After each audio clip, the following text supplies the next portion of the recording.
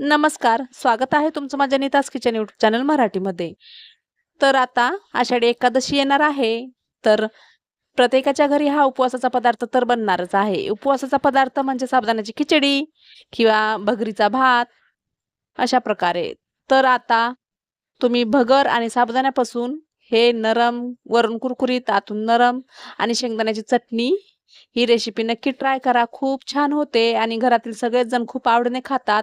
आता या आषाढीला तुम्ही काहीतरी वेगळं म्हणून साबुदाणा आणि भगर एकत्रित करून असे अप्पे बनवू शकतात. तर रेसिपी पूर्ण बघा. जर रेसिपी आवडली असेल तर व्हिडिओला लाईक, शेअर, कमेंट जरूर करा. चॅनलला एक सबस्क्राईब नक्कीच करा. सर्वात आधी इथे गॅसवर कढई ठेवायची आहे.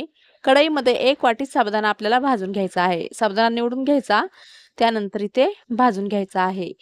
आता साबुदाणा भाजत आल्यानंतर याच्यात आपल्याला अर्धी वाटी भगर टाकून घ्यायची आहे. आणि साबुदाणा आणि भगर भाजताना ना आपल्याला गॅसची फ्लेम मिडियमच ठेवायची आहे. नाहीतर साबुदाणा जळू शकतो. आता इथे मी साबुदाणा भाजत आल्यानंतर अर्धी वाटी भगर टाकून घेतली. आता हे दोन्ही पण आपल्याला छान असं भाजून घ्यायचं आहे. आता मी हे काढून घेतलंय एका ताटामध्ये आणि इथे मी 1 वाटी शेंगदाणे भाजून घेणार आहे. आता हे आपल्याला थोडंसं थंड करायचं आहे. आता इथे शेंगदाणे पण मी छान असे भाजून घेतलेले आहे आणि आता इथे एक मिक्सरचं भांडं घ्यायचं. याच्यामध्ये भाजलेले शेंगदाणे आपल्याला मिक्सरला फिरवून घ्यायचे. आता याच्यातला अर्धा कुटणा आपण वाटीत काढून ठेवू साईडला. तर 2 ते 3 चम्मच साईडला काढून घ्यायचे.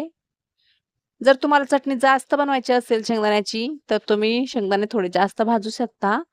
तर इथे मी 1 ते 2 चमच काढून ठेवलं साईडला. आता याच्यामध्ये ना पाऊण वाटी खोबऱ्याचा किस टाकून घ्यायचा. ओलं खोबरं असेल तरी सुद्धा चालतं किंवा सुकं खोबरं असेल ते सुद्धा कापून टाकू शकता. इथे खोबरं टाकल्यानंतर 5 ते 6 हिरव्या मिरच्या टाकायच्या, वाटीभर पाणी टाकायचं आणि हे मिक्सरला बारीक फिरून घ्यायचं. आता याच्यात अजून मीठ टाकायचं बाकी आहे, ते आपण नंतर करू.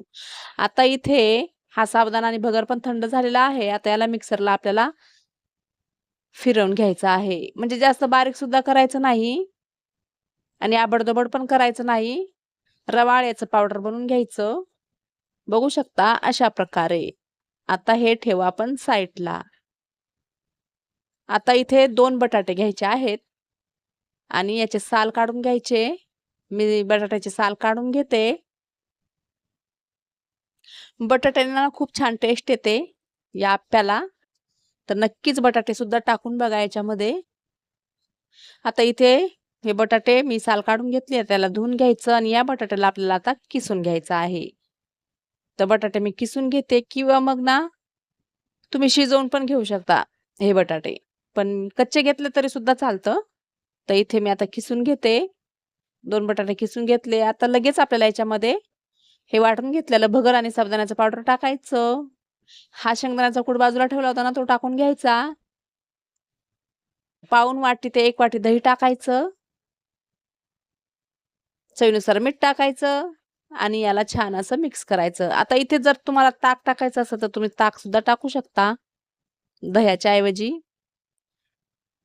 तर इथे छान मिक्स करायचं. आता मी इथे 1 ते 2 वाट्या पाणी टाकणार आहे. पाणी एकदाच नाही टाकायचं पटकन. आपल्याला पाणी थोडं-थोडंच टाकायचं.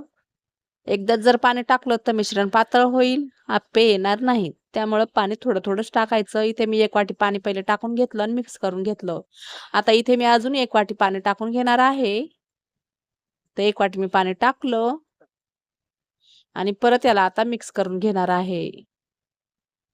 आता याच्यामध्ये जर तुम्हाला मिरची कापून टाकायची असेल, तर मिरची कापून टाकू शकता.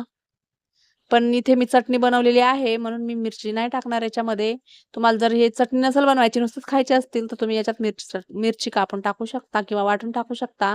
आता याला 10 ते 15 मिनिटं आपण असंच रेस्टला ठेवूया. आता इथे ना या टोपामध्ये मी थोडंसं तेल गरम करून घेतलं आहे. आता ही चटणी आपल्याला उपवासासाठी बनवायची आहे. यामुळे याच्यात जिरे, मोहरी किंवा कोथिंबीर असं काहीच टाकायचं नाही.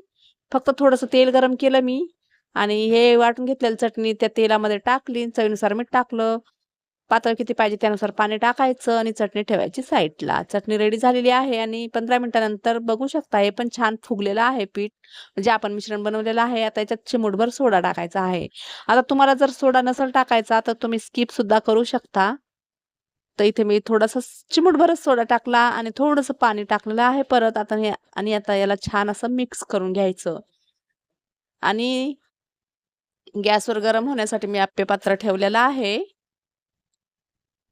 तर तुम्ही या मिश्रणापासून ना इडल्या सुद्धा बनवू शकता.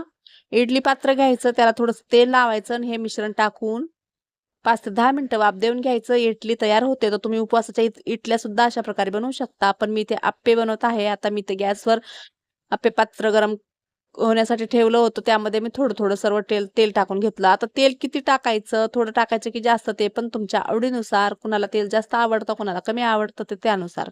तर इथे मी थोडं-थोडं तेल टाकून घेतलं आणि 1-1 चम्मच हे सगळं या सगळ्या याच्यात कप्प्यामध्ये आपल्याला 1-1 चम्मच मिश्रण टाकून घ्यायचं. जर कुठल्या ह्याच्यात कमी पडलं असेल तर त्यात परत थोडंसं टाकायचं आणि आपल्याला आता याच्यावर झाकण ठेवून 5 ते 6 मिनिटं याला मीडियम गॅसवर आपल्याला एक साईडने पहिले भाजून घ्यायचे आहे. आता 5 ते 6 मिनिटानंतर मी झाकण काढलेलं आहे, बघू शकता. बघायचं आपल्याला, चेक करायचं होतं की नाही. तर एक झालेलं आहे बघा शकता. तर याला आलटी-पलटी करायचं आहे आणि आलटी-पलटी करून छान खरपूस रंगाचे हे आप्पे आपल्याला या आप्पे पात्रामध्ये भाजून घ्यायचे आहे.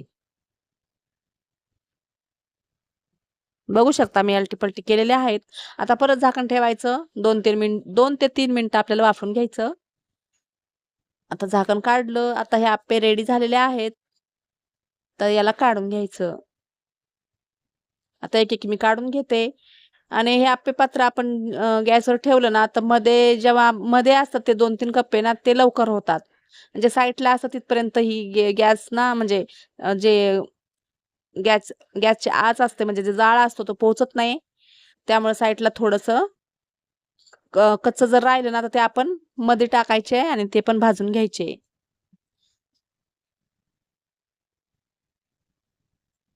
आता इथे झालेले आहेत. मी सगळे काढून घेते. आता गरम-गरम आप्पे रेडी आहेत. तर तुम्ही या आषाढी एकादशीला किंवा मग कुठलाही उपवास असो, तुम्ही अशा प्रकारे साबुदाणा आणि भगर पासून साबुदाणा आप्पे, उपवासाचे आप्पे नक्की करून खा. खूप सोपी रेसिपी आहे. पटकन होणारी रेसिपी आहे. तर नक्कीच करून बघा. तर मी तुम्हाला एक तोडून दाखवते, बघू शकता. वरतून एकदम कुरकुरीत आणि आतून सॉफ्ट झालेला आहे आणि या चटणीसोबत तर अप्रतिम चव लागतं याची. तर तुम्ही असं नाही की आपण हा नाश्ता म्हणजे हा पदार्थ उपवासालाच करून खायचा. तर कधीही खाऊ असा वाटेल तर कधीही करून खावा. खूप पटकन होतो. तर इथे टेस्टी पण झालेला आहे. तर ही रेसिपी रेडी आहे. उपवास स्पेशल साबुदाणा आणि भगरपासून उपवासाचा पदार्थ म्हणजे उपवासाची रेसिपी.